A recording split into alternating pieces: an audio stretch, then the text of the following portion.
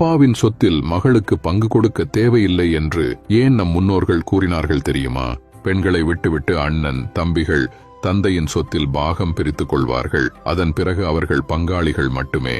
இவர் வீட்டு விசேஷத்திற்கு அவரும், அவர் வீட்டு விசேஷத்திற்கு இவரும் போய் கலந்து கொள்வதோடு சரி. மற்றபடி கொடுக்கல் வாங்கல்கள் எதுவாக இருந்தாலும் அது கணக்கில் வைக்கப்படும், பின் வசூலிக்கப்படும், சமயங்களில் வட்டியுடன். ஆனால் பெண்களுக்கு சொத்தில் எதுவும் கொடுப்பதில்லை. மாறாக திருமணத்திற்கு சீர்வரிசை சிறப்பாக செய்வார்கள். நகை, நட்டு, பாத்திரம், பண்டம், வாகனம், ரொக்கம் என இந்த பட்டியல் நீளும். பாகம் பிரித்தால் கிடைக்கும் சொத்தின் மதிப்பை விட இந்த சீர் செனத்தியின் மதிப்பு அதிகமாக இருக்கும். அதோடு விடுவது இல்லை.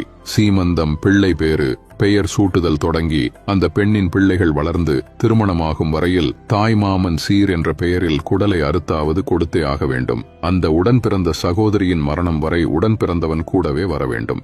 எல்லாவற்றையும் கணக்கு போட்டு பார்த்தால் பாகம் பிரித்திருந்தால் போயிருக்கக்கூடிய சொத்தின் அளவை விட பன்மடங்கு வந்திருக்கும் பெண்ணிற்கு. இதை எந்த ஆணும் கணக்கு பண்ணி பார்த்து, இல்லை நான் எனக்கு கிடைத்த சொத்தின் அளவை விட கூடுதலாக உனக்கு கொடுத்து விட்டேன், இனிமேல் செய்ய முடியாது என்று சொல்வதில்லை. இவன் கடன வாங்கியோ தமக்கு கிடைத்த சொத்தை விற்றோ கூட தங்கையின், அக்காவின் நலனிற்காக அவர்களது தேவையை பூர்த்தி செய்வான்.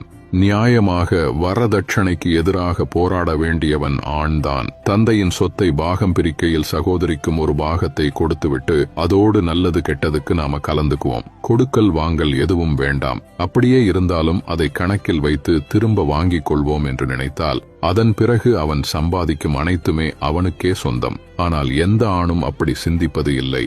வேறு வீட்டில் வாழப்போகும் பெண்ணுக்கு கடைசி வரை பாதுகாப்பும் ஆதரவும் இருக்க வேண்டும் என்பதற்காகவே நம் முன்னோர்கள் ஏற்படுத்திய வழிதான் சீர்செனத்தி எல்லாம். அப்படி பாகமாய் சொத்தை பிரித்து கொடுத்து விட்டுவிட்டால் அந்த பெண் ஆதரவற்று போவாள். இவனும் எனக்கு தெரியாது என்று ஒதுங்கி விடுவான். அதற்கு வழி கொடுக்காமல் அந்த உறவை பிணைத்து வைக்கவே பெண்களுக்கு சொத்துக்களை பாகமாய் பிரித்து கொடுக்காமல் முதலீடாய் சகோதரனிடமே விட்டுவிட்டு கடைசி வரை கொஞ்சம் கொஞ்சமாய் வசூலிக்கும் வாய்ப்பை பெண்களுக்கு ஏற்படுத்தி கொடுத்தார்கள். பெண்களுக்கு சொத்துரிமை உண்டு என்று அரசு அறிவாளியாய் யோசித்து கொண்டு வந்த சட்டம் அந்த உறவை முறிக்கும். முட்டாள்தனம் என்பது உணராத பெண்கள்தான் சொத்தில் பங்கு எங்கள் உரிமை என்று போராட கிளம்புகிறார்கள். எங்கோ ஒரு சில சகோதரன் ஒன்றும் செய்யாமல் ஏமாற்றி விட்டான் என்பதற்காக வழக்கு தொடுப்பவர்களை சொல்லவில்லை.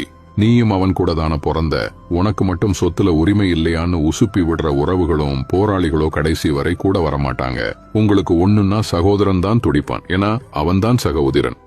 அனைவருக்கும் பகிருங்கள். இதுபோல பதிவுகளுக்கு ஜே ஹெல்த் பக்கத்தை ஃபாலோ செய்யுங்கள்.